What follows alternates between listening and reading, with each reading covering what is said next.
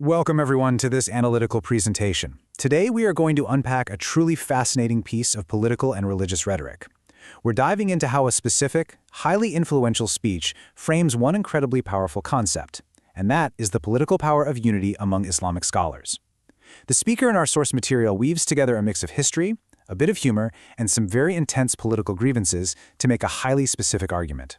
So let's just jump right in and see exactly how this narrative is built. So, the crucial point is this. Wherever scholars united, victory came. That right there is the speaker's absolute core thesis.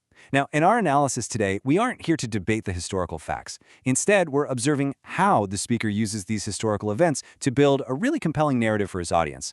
He establishes this premise right out of the gate, arguing that unity is the ultimate undeniable catalyst for political triumph, while division is just the root of defeat. To kind of mirror his sweeping argument, we'll journey through 5 digestible case studies today. 1. The political power of unity. 2. Afghanistan's asymmetrical war. 3. Iran's firmness against sanctions. 4. Pakistan and the rise of the MMA. And finally, 5. Bangladesh, focusing on division and grievances.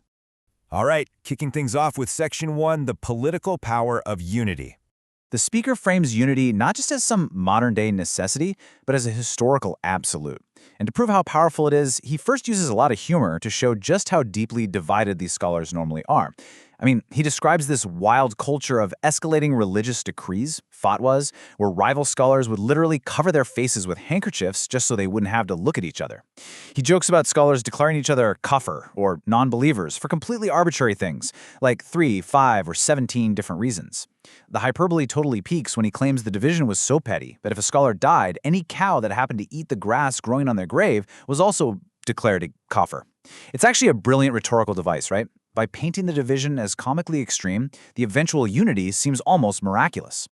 Moving on to Section 2, Afghanistan, asymmetrical war and unity.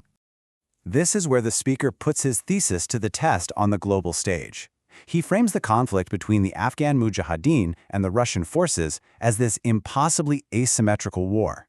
He uses some incredibly dramatic, vivid imagery here. He compares the massive Russian military to a giant monster fully equipped with modern weapons, and on the flip side, he describes the Afghan fighters as basically newborn babies armed with nothing but water-soaked matchlock guns dating all the way back to the era of Noah's flood. By emphasizing this massive, almost absurd power imbalance, he's setting the stage to argue that military might absolutely was not the deciding factor in this war. So how did they pull off a win? Well, according to the speaker, it certainly wasn't from some carefully planned political summit. When the invasion started, everybody just fled into the mountains and jungles. He shares this really humorous analogy of a fractured family fleeing in all different directions. You know, the sons run to an uncle's house, the wife to her father's, the husband to his father-in-law's, only for them to realize they've all accidentally run to the exact same hiding spot. Out there in the dense jungles, fiercely divided scholars, Sunnis, Badatis, bitter rivals who previously wouldn't even make eye contact, were physically forced into the same space. And in pure survival mode, they finally embraced. And this all builds into a very strict cause and effect cycle. Step 1, the Soviet invasion forces a retreat. Step 2, you get the forced unity of the ulama, the religious scholars up in the mountains. Step 3, because of this unity, God grants them a 9-year war victory against that giant monster of an army. But the speaker doesn't stop there. He issues a stark warning with steps 4 and 5. He says that once they won, all those old divisions, the suspicion, the refusal to even greet one another, it all returned. And because they lost their unity, their fortune burned, allowing Bush and American forces to easily sweep in and defeat them. The takeaway is clear. Unity brought victory, but division brought ruin. Let's look at Section 3, Iran, firmness against sanctions. Now, it's really important to note the speaker's strategic framing here. He explicitly admits that his community actually has deep theological differences with the Iranians, but he uses them anyway to show that unity transcends theology when it comes to raw political power. He sets a very tense scene for us. During the hostage crisis, where 56 Americans were held in the embassy, the United States, a literal global superpower, threatened to cut off all food, supplies, and aid to Iran. I mean, think about that. This is a moment of immense geopolitical pressure and an existential economic threat. And here is the climatic payoff he delivers to his audience. He quotes Ayatollah Khomeini's reported incredibly defiant response to the American president. Completely refusing to compromise, Khomeini allegedly replied, "Who are you threatening with food? The nation for whom fasting for a month every year is obligatory will not wait for your food. We don't care about the food of infidels like you.